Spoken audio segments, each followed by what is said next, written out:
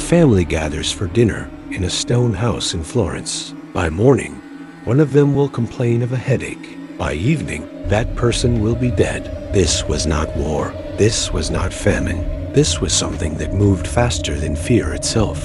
And it was about to erase a third of everyone they knew. The year is 1347. Europe is entering autumn, and with it, merchant ships from the east. They carry silks, spices, and something invisible. Something that has already wiped out entire cities in Asia. The people on the docks have no idea. They unload the cargo. They embrace the sailors. And within weeks, the first bodies begin to appear. At first, it's just a rumor, a sickness in the ports. But sickness is common. People shrug it off, and the numbers begin. In Messina, Sicily, 12 ships arrive in October. Within days, 40 people are dead. 40 becomes 400. 400 becomes 4,000. The city tries to expel the ships, but it's already too late. The disease doesn't need permission to spread. It moves through breath, through touch, through the fleas on the rats that scurry between homes. It doesn't discriminate. It doesn't wait. By winter, the plague has left Messina. It's heading north. Imagine a city of 50,000 people. Now imagine that within 6 months, 30,000 of them are gone. Not relocated, not evacuated. Gone. Their bodies stacked in mass graves.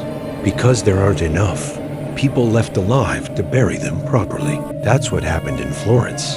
That's what happened in Siena. That's what happened in Venice, Paris, London. The Black Death didn't just kill individuals. It killed households. In some villages, entire families vanished in a single week. A father would fall ill on Monday, his wife on Wednesday, their children by Friday. By Sunday, the house would be empty, the door left open, the bread still on the table. No one dared to enter. Let's pause on one number, 25 million. That's the estimated death toll in Europe alone between 1347 and 1353.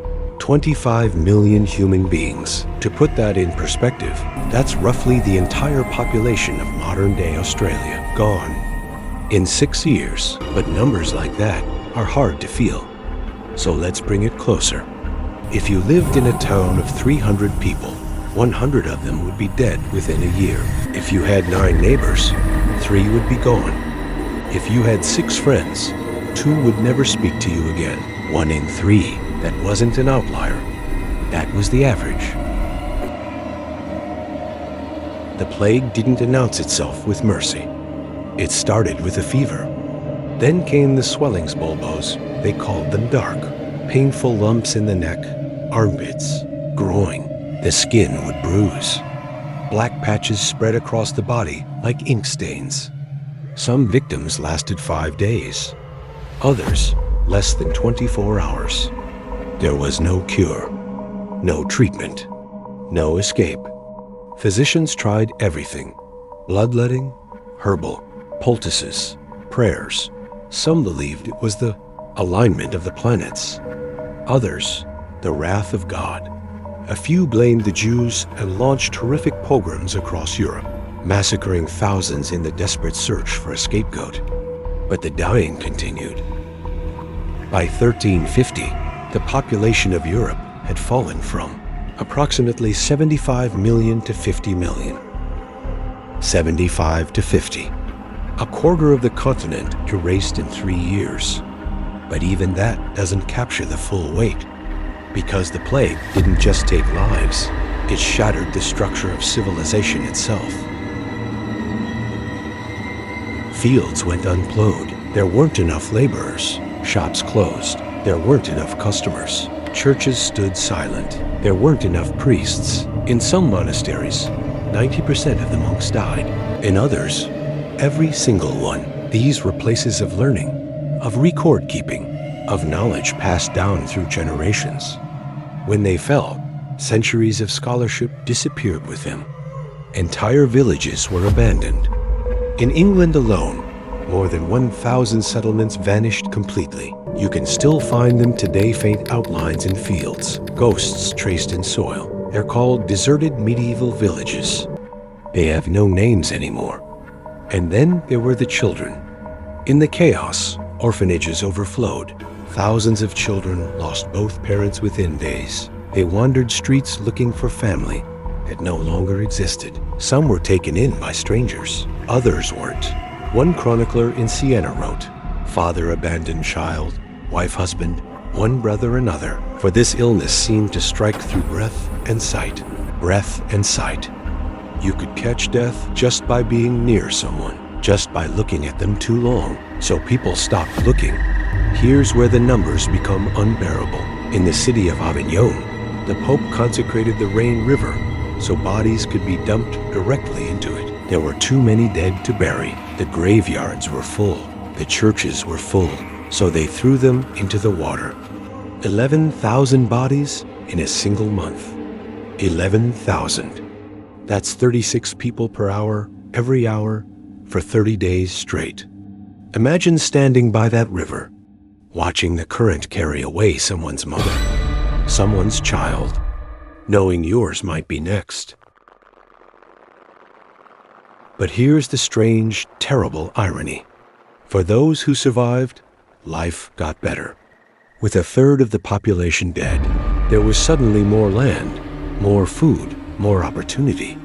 Laborers could demand higher wages. Serfs could negotiate freedom. Women inherited property. The rigid feudal system that had suffocated Europe for centuries began to crack. Some historians argue the Black Death triggered the Renaissance, that the collapse of the old order made space for new ideas, new art, new science, that from 25 million graves came the rebirth of Western civilization.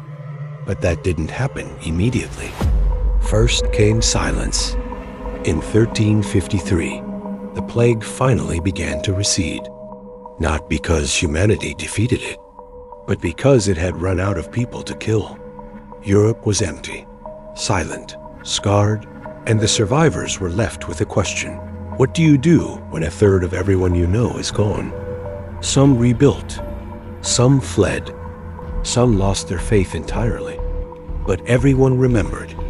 For generations, the Black Death haunted Europe's memory.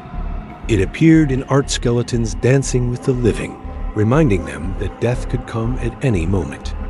It appeared in literature, in prayers, in the way people greeted each other on the street.